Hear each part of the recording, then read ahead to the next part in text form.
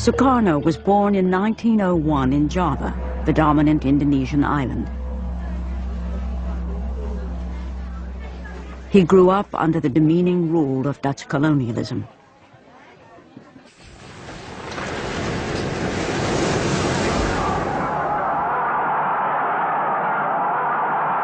Sukarno was an ardent nationalist who led Indonesia's independence movement.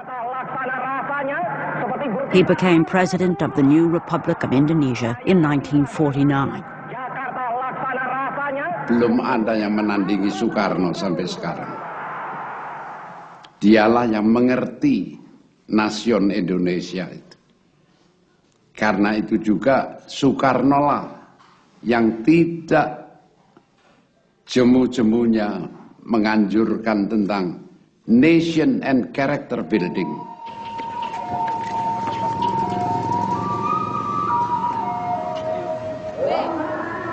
President Sukarno's ambition was to unite a new nation from a clash of cultures, languages, and the world's main religions.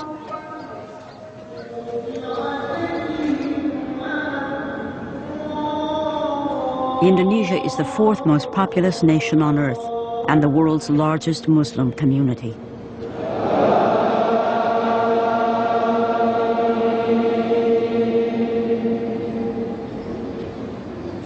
Kepribadian banteng. Maka karena itu, ayo maju terus, jebol terus, tanam terus. Sukarno thought he could preserve his own one-man rule by balancing the competing ideologies inside his country. I tolerate all ideologies. The nationalist ideologies, the religious ideologies, the communist ideologies. So far, they are not making trouble or damage to the Indonesian state. Sukarno's balancing act might have succeeded indefinitely if the Cold War hadn't been raging outside Indonesia, where the domino theory held sway. Here's Indochina. If Indochina falls, Thailand is put in an almost impossible position. The same is true of Malaya with its rubber and tin. The same is true of Indonesia. If this whole part of Southeast Asia goes under communist domination or communist influence, Japan must inevitably be oriented toward the communist regime.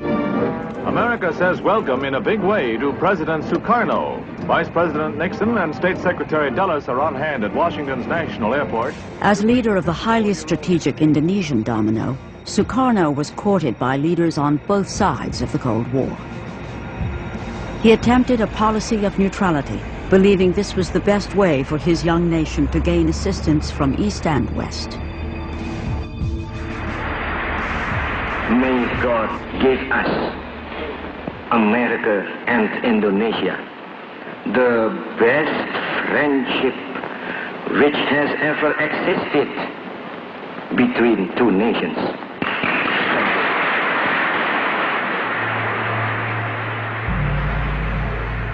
Only 3 months after his address to Congress, he visits China and the Soviet Union.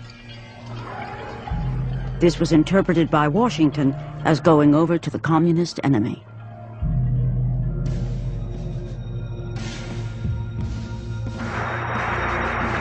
The United States becomes even more alarmed by the success of the Indonesian Communist Party in 1957 elections. Indonesia is now seen as a questionable ally.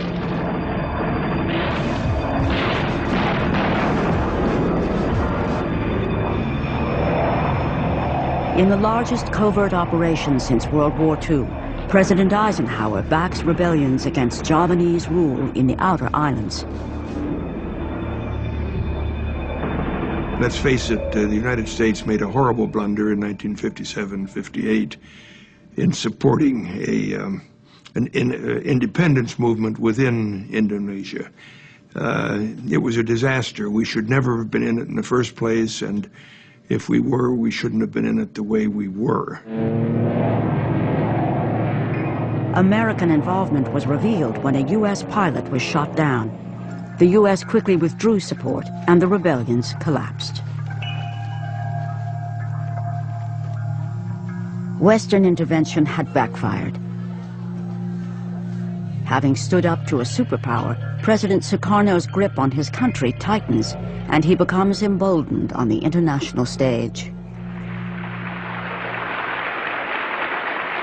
Sukarno uses the United Nations to protest about Western intervention in his region. I hate imperialism.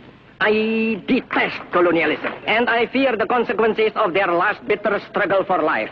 We are determined that our nations and the world as a whole shall not be the plaything of one small corner of the world.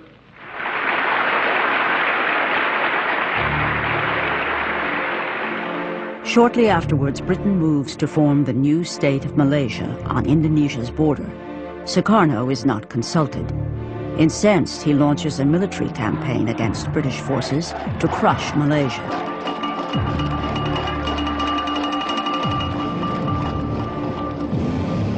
Britain's top propaganda specialist, Norman Redaway, is sent to Singapore to take charge of Britain's propaganda war.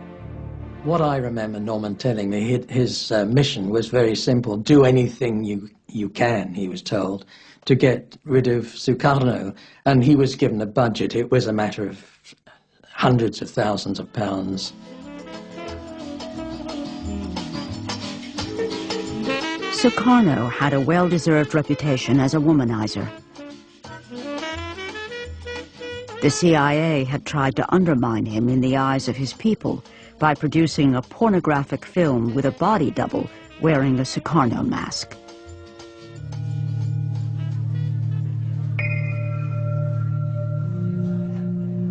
At least 6 assassination attempts were made on his life. Sukarno blamed the CIA for most of these.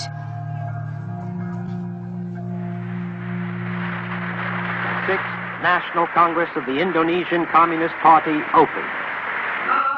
By the 1960s, under the leadership of Chairman Aidit, the PKI had become the largest communist party outside China and the Soviet Union, with over 3 million members. The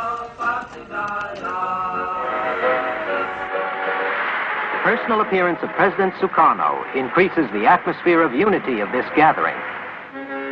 Sukarno himself is a nationalist, not a communist, but he depends on the Communist Party because it can mobilize mass support for his political objectives. In return, Sukarno protected the PKI by banning anti-communist press and by restraining the army, also a potent political force in Indonesia.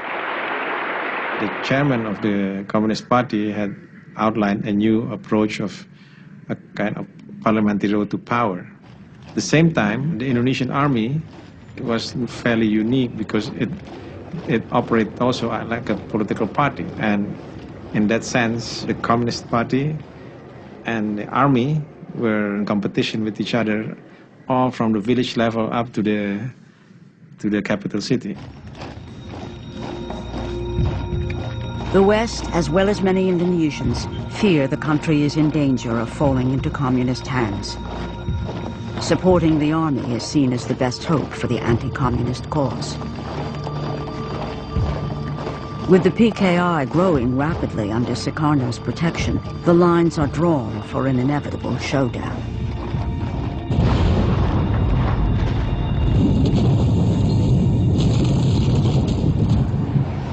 To the north, by 1965, the United States is escalating the war in Vietnam.